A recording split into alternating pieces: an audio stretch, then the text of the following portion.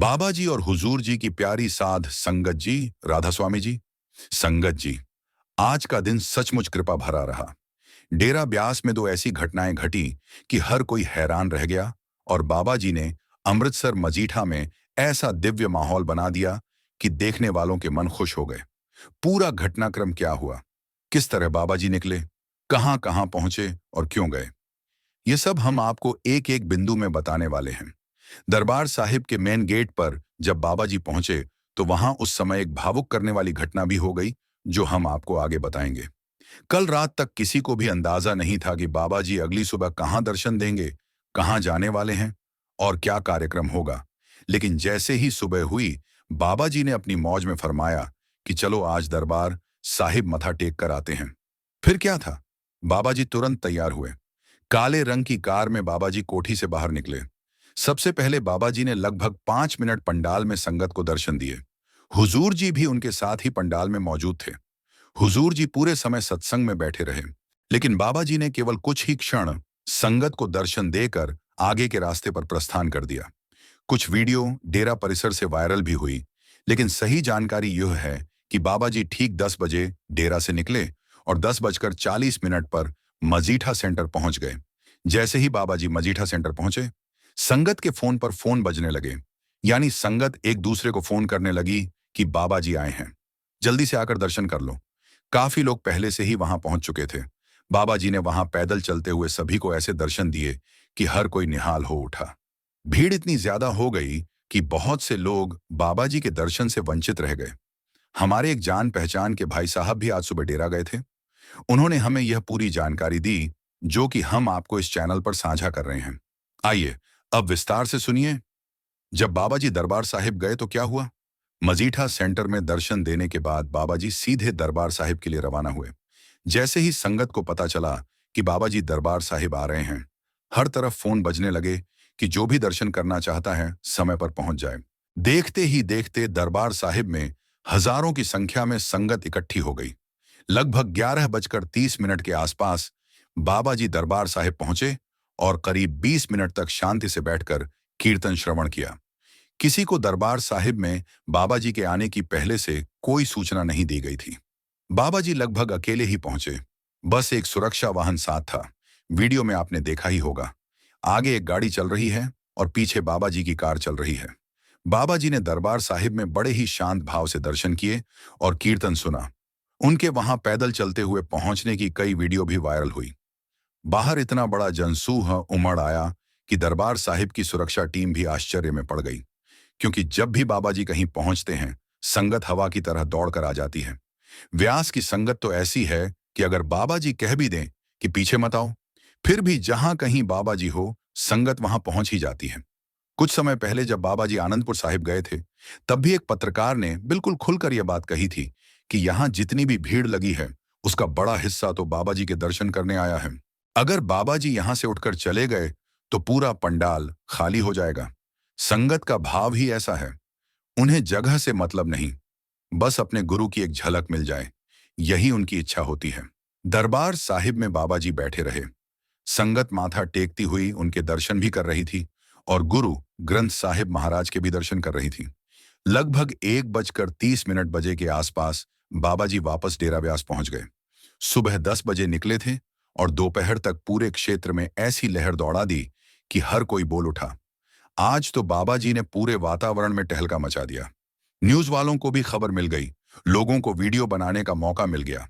हर किसी ने अपनी अपनी तरह से इस दिव्य यात्रा को, जब बाबा जी दरबार साहिब जा रहे थे, उसी दौरान बाहर एक भावुक करने वाली घटना भी देखने को मिली। संगत जी बाबा जी को देखकर आंखों से आंसू आना तो स्वाभाविक है, लेकिन उस दौरान दरबार साहिब के बाहर एक व्यक्ति खड़ा था। जैसे ही उसने बाबा जी को देखा, उसका मन ऐसा थम गया मानो उसे जीवन का सबसे बड़ा सौभाग्य मिल गया हो। वो इतनी जोर जोर से रो रहा था कि आसपास खड़े लोगों का ध्यान उसकी तरफ चला गया। फिर एक दो भाइयों ने उस भाई को संभाला। उसने बताया कि कई महीनों से उसे बाबा जी के दर्शन नहीं हुए थे। कुछ दिन पहले वह ब्यास भी आया था, परंतु वहां भी उसे एक झलक नसीब नहीं हुई। उसका घर दरबार साहिब के बिल्कुल पास है और वह रोजाना तड़प तड़प कर प्रार्थना करता था कि बस एक बार अपने सदगुरु के दर्शन हो जाए। आज जब बाबा जी समक्ष आए तो उसकी सारी तड़प, सारी पुकार आंसुओं में बदल गई। कहते हैं जब पुकार सच्ची हो तो मालिक स्वयं चलकर अपने भक्त के द्वार तक पहुंच जाते हैं। ठीक वैसा ही आज हुआ। आज अचानक ही बाबा जी डेरे से दरबार साहिब पहुंच गए, जबकि पहले से कोई भी प्लान नहीं था। शायद उस भाई की पुकार ही बाबा जी को वहां तक खींच ले गई। उस भाई को व्यास में दर्शन नहीं मिले तो सती गुरु खुद उसके शहर आ पहुंचे और उसे वह सौभाग्य दे दिया जिसकी वह प्रतीक्षा कर रहा था। इधर मीडिया वालों ने भी बाबा जी से सवाल पूछने की पूरी कोशिश की। कुछ पत्रकारों को पहले से सूचना मिल जाती है, कुछ को बिल्कुल नहीं पता था कि बाबा जी आ रहे हैं। लेकिन जिन्हें पता लगा उन्होंने बाबा जी से बात करने की बहुत कोशिश की। लेकिन जैसा कि हम जानते हैं, बाबा जी मीडिया से दूर ही रहते हैं। बाबा जी ने मीडिया से बात तो नहीं की, लेकिन मीडिया वालों ने दिल खोलकर बाबा जी के दर्शनों के वीडियो बनाए। संगत जी फिलहाल बाबा जी डेरे में पहुंच चुके हैं। कल से डेरे में अगले 3 दिन के लिए भंडारा शुरू होने जा रहा है। भारी मात्रा में संगत डेरे पहुंच रही है। उम्मीद है कि शुक्रवार या शनिवार में से किसी एक दिन बाबा जी सवाल जवाब कर सकते हैं। संगत जी, आप भी बहुत बार दरबार साहिब जा चुके होंगे, लेकिन क्या आप जानते हैं कि दरबार साहिब की नींव कौन सी बादशाही ने रखी थी और कौन सी बादशाही ने दरबार साहिब को संपूर्ण बनवाया था? दरबार साहिब पूरी दुनिया में प्रसिद्ध धार्मिक स्थान है। आइए दरबार साहिब से जुड़ी कुछ महत्वपूर्ण बातें आपको सुनाते हैं। स्वर्ण मंदिर की स्थापना का श्रेय सिखों के चौथे गुरु गुरु रामदास जी को दिया जाता है। एक लोकप्रिय जनश्रुति के अनुसार भगवान राम के दोनों पुत्र लव और कुश कभी इसी सरोवर के पास अध्ययन करने और रामायण का पाठ करने आया करते थे। कहा जाता है कि इस सरोवर का जल चमत्कारी गुणों से भरपूर है और इसमें स्नान करने से रोगों में लाभ होता है। अमृतसर की आधार कथा सन 1574 ईस्वी से प्रारंभ होती है। उसी वर्ष गुरु रामदास जी ने यहाँ एक प्राचीन सरोवर के किनारे अपना डेरा लगाया।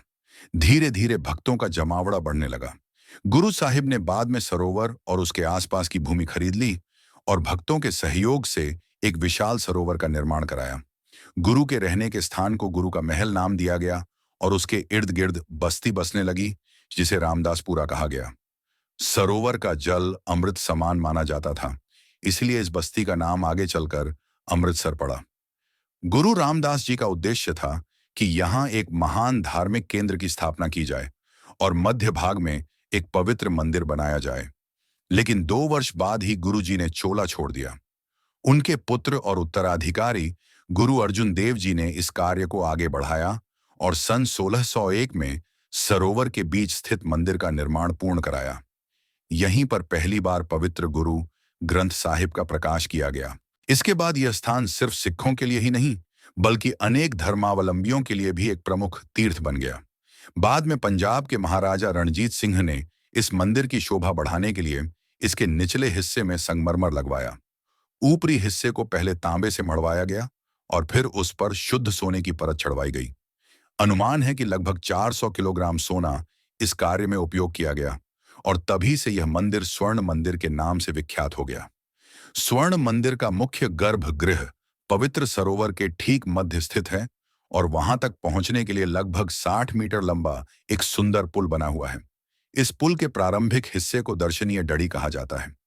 वर्गाकार आकार वाला 52 मीटर ऊंचा हर मंदिर साहिब चारों दिशाओं में 4 प्रवेश द्वारों से सुसज्जित है, जो यह दर्शाता है कि गुरु के दरबार में आने वाले हर व्यक्ति का किसी भी दिशा से खुले हृदय से स्वागत किया जाता है। 3 मंजिला इस दिव्य भवन की निर्माण शैली अद्वितीय है। रंग बिरंगी रोशनियां और झाड़ फानूस इसकी शोभा को और बढ़ाते हैं, जो हर दर्शक को स्वतः ही मंत्रमुग्ध कर देते हैं।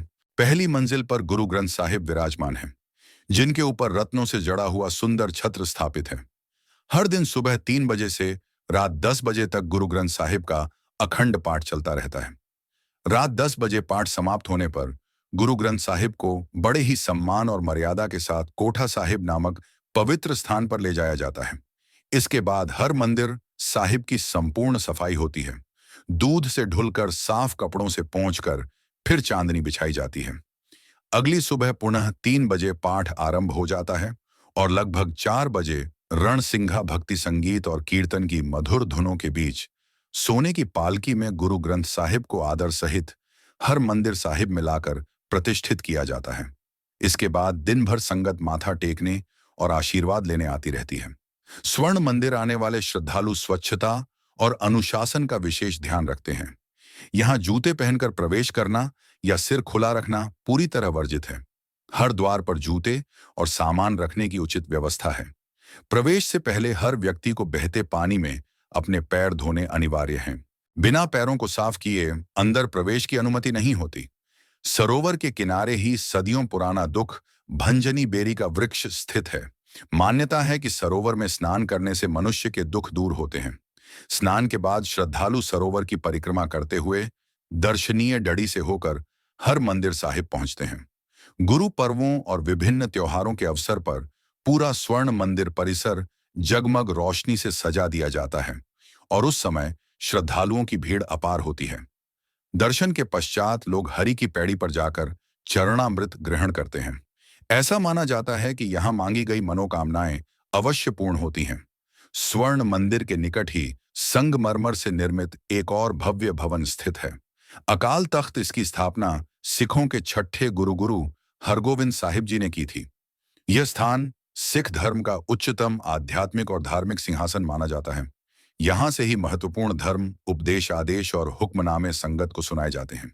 अकाल तख्त में सिख गुरुओं द्वारा उपयोग किए गए अस्त्र शस्त्र, कई मति आभूषण और ऐतिहासिक धरोहरें सुरक्षित रखी गई हैं, जो श्रद्धालुओं के लिए अत्यंत दर्शनीय हैं। स्वर्ण मंदिर का सबसे विशेष आकर्षण है गुरु का लंगर। यहाँ हर समय हर व्यक्ति को धर्म, जाति, रंग या पद से परे समान रूप से भोजन प्राप्त होता है। यहाँ कोई भेदभाव नहीं किया जाता। अमीर से अमीर और गरीब से गरीब एक ही पंगत में बैठकर लंगर छकते हैं। सभी लोग एक ही पंक्ति में बैठकर नम्रता और प्रेम से लंगर ग्रहण करते हैं। सेवादार बड़े उत्साह और समर्पण से खाना बनाने, परोसने और बर्तन साफ करने की सेवा निभाते हैं। ऐसी सेवाओं को कार सेवा कहा जाता है, जिसे शुद्ध रूप में कर सेवा कहा गया है और सिख धर्म में इसका अत्यंत महत्व है। संगत जी, अब हम आपसे इजाजत लेते हैं। आपसे विनती है कि हमारे चैनल गुरु महिमा के कमेंट सेक्शन में राधा स्वामी लिखकर चैनल को सब्सक्राइब जरूर कर लें। राधा स्वामी जी।